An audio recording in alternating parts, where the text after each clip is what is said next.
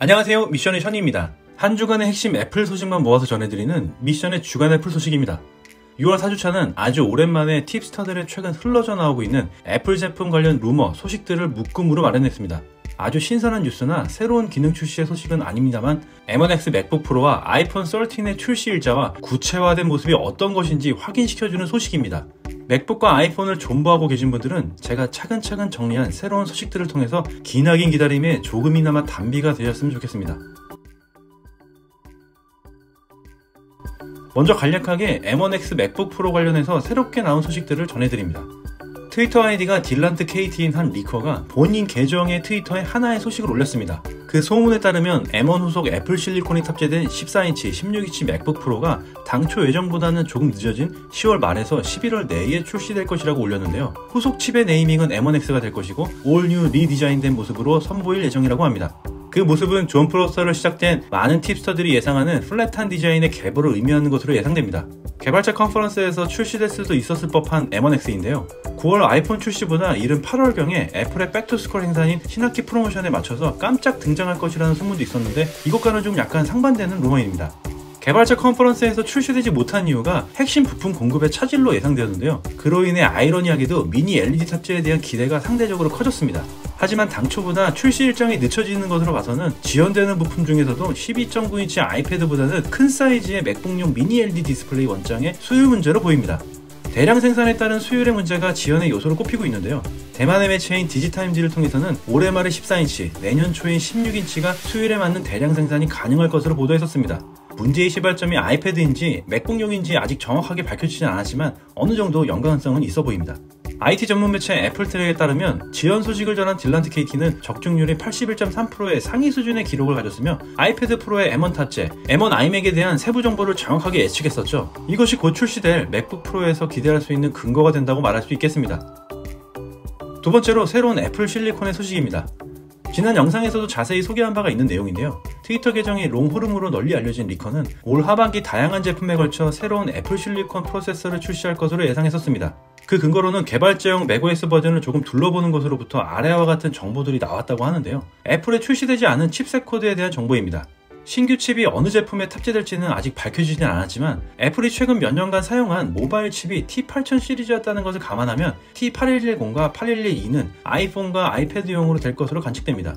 하반기 맥북 프로 14, 16인치에는 T6000의 M1X로 9월 아이폰 13에는 T8110의 A15 하반기 또는 22년 후속 태블릿 제품군에는 T8112의 M2 M2와 비슷한 시기에 고급형 맥 계열의 T6002의 M2X M2와 M2X의 출시 차이가 내부 CPU, GPU 코어 수의 차이로 급나누기를 하지 않을까 예상이 됩니다. 세 번째, 맥북 프로의 새로운 기능들입니다. HDMI, SD카드 슬롯, 맥세이프의 귀환 등 반복적인 기능들의 회귀 소식들은 식상하니 넘어가고요. 최근 새롭게 추가되는 루머들만 종합해보면 디스플레이 하단의 베젤 부분에 맥북 프로의 로고도 사라질 예정이고 그로 인해 전체 크기는 그대로이나 화면 크기를 늘리게 될 수도 있다는 소문이 여기저기 나오고 있으며 1080 해상도의 웹캠이 처음으로 탑재될 예정입니다. 두 번째 소식으로는 9월에 출시 예정인 아이폰 13입니다. 13이 될지 12S가 될지 여전히 혼란스러운 가운데 연초보다는 확실히 12S의 무게가 실리고 있는 분위기입니다. 하지만 정확한 건 나와봐야 알죠. 대만의 시장조사기관인 트렌드포스의 최신 보고서에 발췌한 내용입니다. 라이더 센서를 비롯해서 120Hz의 디스플레이 주사율도 프로 모델에만 적용이 됩니다. 아이폰 12 미니 판매 부진에도 불구하고 5.4인치 아이폰 미니는 올해에도 계속 출시될 예정이오나 마지막이 될 가능성이 높습니다.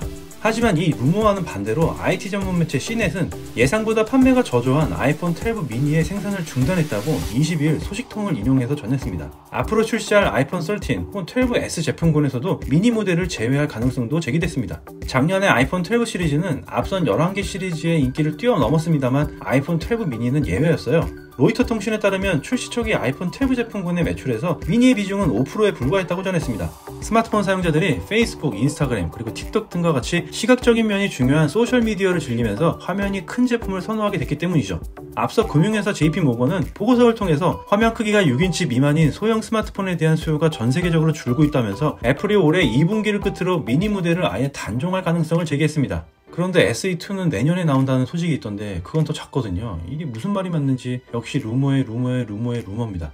그리고 이전에 존 프로스의 소문에 따르면 올해 아이폰 13 프로 모델에서 맥스로 1TB 메모리가 처음으로 생길 것으로 보도되었습니다만 트렌드포스에서는 아이폰 12와 마찬가지로 512기가가 최대 스토리지 용량으로 될 것으로 예측했습니다. 추가적으로 내년에 아이폰 모델의 내용이긴 합니다만 밍치고 소식에 따르면 $900 이하에서 시작될 것으로 예상되는 저가형 6.7인치 아이폰 맥스 모델이 추가된다고 합니다.